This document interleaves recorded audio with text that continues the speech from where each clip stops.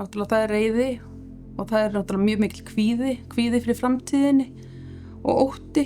Hvar er ég að fara að missa hann eða er hann að fara að hafa þetta af, er hann að fara að lifa þetta af? Þetta bara kvíði og ótti og hræðsla bara sem að kemur yfir mann, sko.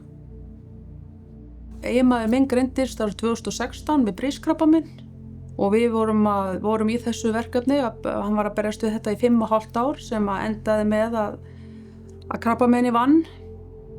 Á meðan hann var veikur þá hlúði ég ekki að mér. Því ver og miður, þegar ég hugsa allur minn fókus fór í það að hugsa hann og styðja hann og ég gleymdi sjálfu mér. En í síðustu 2 árin þá var mér bent á Krabbameinsfélagið og ég fór að hitta hana Lóu sem var alveg yndislegt. Hún hvatti mann áfram og gaf manni þá andlega heilsu andlega stuðning og allt sem maður þurfti og það var alveg frábært.